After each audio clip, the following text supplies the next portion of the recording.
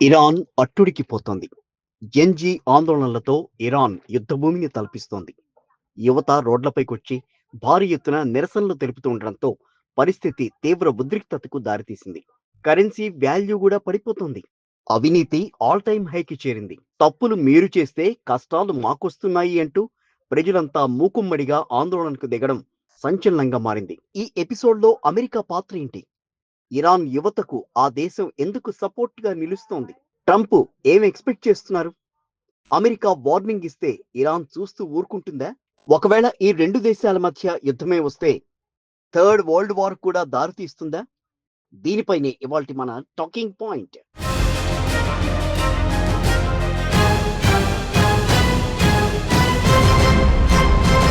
Iran supreme leader Ayatollah ఖొమైనీకి వ్యతిరేకంగా కొనసాగుతున్న నిరసనలు ఉధృతంగా మారాయి. ఆర్థిక అస్థిరతతో పాటు ఇతర కారణాలతో ఖొమైనీకి వ్యతిరేకంగా ఇరాన్ వ్యాప్తంగా జనం రోడ్లపైకొచ్చి నిరసనలు తెలపడంతో పరిస్థితి ఉద్రిక్తంగా మారింది. ఒక్క దగ్గర స్టార్ట్ అయిన నిరసనలు అతి తక్కువ కాలంలోనే దేశవ్యాప్తమయ్యాయి. అవినీతి, అక్రమాలు, కరెన్సీ విలువ పడిపోవడంతో ఆ దేశం జెన్జీ యువత ఒక్కసారిగా ఆగ్రహంతో మండిపోయారు. ఈ పాలన ఇక చాలు అంటూ ఖుమైనీని గద్దె దించడమే లక్ష్యంగా రోడ్లపైకొచ్చి ఆందోళనకు దిగారు. ఇదే అదనుగా ఇరాన్ ప్రతిపక్ష నేత అధికారం కోసం వేచి చూస్తున్న పహ్లావి ఎక్కడో లండన్లో ఉంటూ నిరసనలను ఎగదోశారు. ఖుమైనీపై ప్రతీకారం కోసం ఎదురు చూస్తున్న అమెరికా అధ్యక్షుడు ట్రంప్ కూడా రంగంలోకి దిగారు. అమెరికా ఇరాన్పై యుద్ధానికి దిగడమే ఆలస్యం అన్నట్టుగా పరిస్థితి మారిపోయింది. ప్రజలను అణిచివేసేందుకు ఇరాన్ ప్రభుత్వం కూడా కఠిన చర్యలు తీసుకుంది. నిరసనలను ఉక్కుపాదంతో అణిచివేసేందుకు ప్రయత్నించింది. అయినా నిరసనకారులు ఎక్కడా తగ్గకపోవడంతో చివరికి కాల్పులకు కూడా తెగబడింది. కాల్పుల్లో 2,000 మందికి పైగా ఆందోళనకారులు మరణించినట్లు అంతర్జాతీయ మీడియా వెల్లడించడంతో ఉద్రిక్తత మరింత పెరిగింది. ప్రొటెస్టు చేసే వారి జోలికొస్తే గనక ఇరాన్పై యుద్ధం చేయడానికి కూడా సిద్ధమంటూ ట్రంప్ పెద్ద వార్నింగే ఇచ్చారు. అందుకు తగిన ఏర్పాట్లు కూడా చకచకా చేసేశారు కూడా. దీంతో ఇక ఏ క్షణమైనా యుద్ధం తప్పదనేలా పరిస్థితులు ప్రస్తుతం ఉద్రిక్తంగా మారాయి. ఈ టైంలోనే గల్ఫ్ దేశాలు రంగంలోకి దిగాయి. Egypt, Oman, Saudi Arabia, Qatar ట్రంప్ను అడ్డుకట్ట వేసేందుకు యత్నించాయి. ట్రంప్ను ఇరాన్పై దాడి ప్రయత్నాలు విరమించుకోవాల్సిందిగా కోరాయి. అమెరికా దాడికి దిగితే ప్రపంచ ఆర్థిక వ్యవస్థ, ప్రాంతీయ స్థిరత్వంపై ప్రభావం పడుతుందని ఆందోళనలు వ్యక్తం చేశాయి.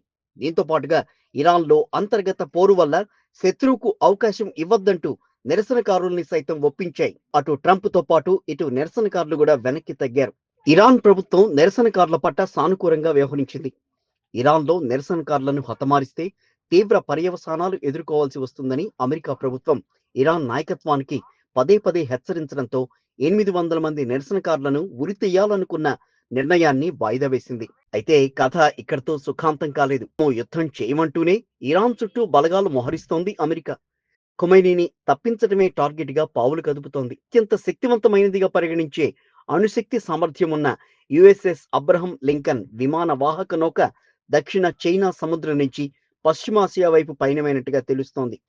ఇరాన్ గగనతలం మూతపడిన సరిగ్గా గంట తర్వాత ట్రంప్ ప్రభుత్వం ఈ నిర్ణయం తీసుకోవడం ప్రస్తుతం హాట్ టాపిక్ గానే మారింది. అది పశ్చిమాసియాను చేరుకోవడానికి దాదాపు వారం రోజులు పట్టే అవకాశం ఉంది. వెనిజులాపై సైనిక దాడి జరపడానికి ముందు కూడా అమెరికా ఇదే రకమైన వ్యూహం అమలు చేసింది. ఇప్పుడు ఇదే ప్లాన్ను ఇక్కడ కూడా అమలు చేస్తూ ఉండడంతో దాడి చేయడం ఖాయమేనని విశ్లేషకులు స్పష్టం చేస్తున్నారు.